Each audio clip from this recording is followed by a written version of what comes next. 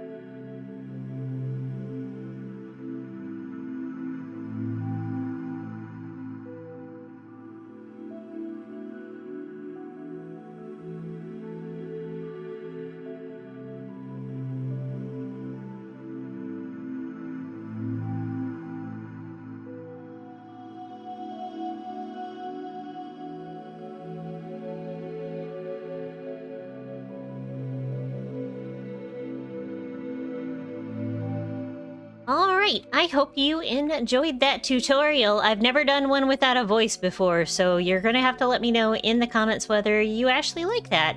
Plus, the sizes of the walls and the main floor layout, that's something new for me too, so just let me know.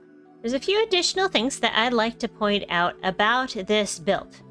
For one, we made sure that we put lighting in before we put the roof in. That is super important when you're building any kind of build. Make sure you put at least lighting in the floor area. That way you're not going to have spawns. You're not going to have mobs spawning in your build while you're trying to build it. So that's number one. Number two is make sure if you're using a slab like this right here, at the top of a block, that you're going to cover it with some kind of smaller block or carpet or lichen or something like that, because these will be spawnable blocks. Now, the stairs are not, thankfully. And this little slab here, because it's actually on the bottom half of this block. So if you see how there's a top portion here that's not covered up, this makes that non-spawnable. So those will be a safe roof, so you won't have creepers dropping on your head from up above. Now, if you're playing a hardcore or hard mode, instead of putting a door in the normal position, what you're going to want to do is come to the side of the door, and then you're going to place it right here. So if you kind of place it right there, it's going to act like it's closed when it's open. It's very weird, and if you want to make sure that the door itself is indented or inset a little bit, you'll want to do it from the inside. But basically what it is this door will be open when it's closed and closed when it's open. I know that seems a little complicated, but to mobs, they see this door as open because the way you set it like this, it's open. And then having it closed, they won't break it down. Zombies will try to break it down in hard mode. Now, any other mode, you don't have to worry about that at all. So one last thing that I want to call out is how to best place a lightning rod in your build to make it safe and to keep things from burning down. One thing is to have a stone or metal roof, or have enough blocks in between your wooden roof and your lightning rod, so if it does get struck by lightning, it will not catch the surrounding blocks on fire. And it can, I believe it's between 3 and 4 blocks away. So let's do a little test here. And we're going to put a wooden block here, and I'm going to turn on lightning, and it might get a little noisy, so I apologize in advance. And let's see if we have a perfectly safe lightning rod location. There we go. Perfectly safe. Did not harm these trapdoors, and it did not harm that block whatsoever. And you get this cool sparkly effect when it's been hit by lightning. So before we wrap up this tutorial, I like to show you what the real starter house looks like in its real setting, in a real world, in survival. I actually went and started just a starter world just for the heck of it.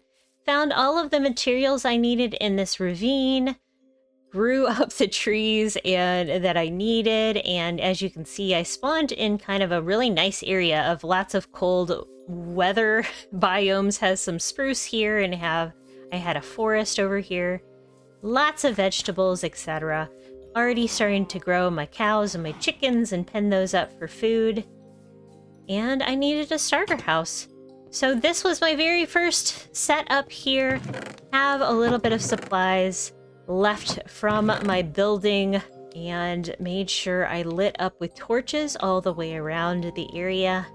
One thing to really keep in mind when you are building a starter house that you want to be as safe as possible, having some additional windows, making sure that you put torches around the nearest, like as close as you can, but like kind of spread them out.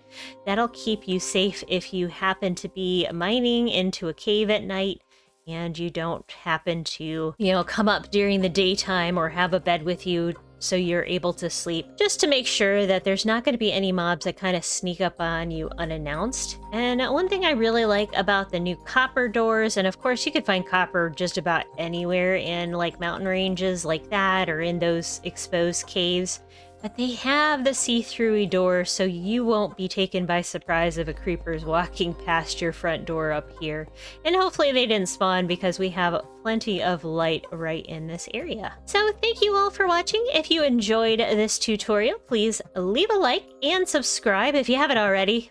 Why not? Go ahead and subscribe. Leave me a comment. Tell me if you've managed to build this starter house. I would love to know how you managed to upgrade it and tweak it and make it your own. If you're interested in learning how to decorate it, I love decorating. I am going to be making a tutorial for that very, very soon.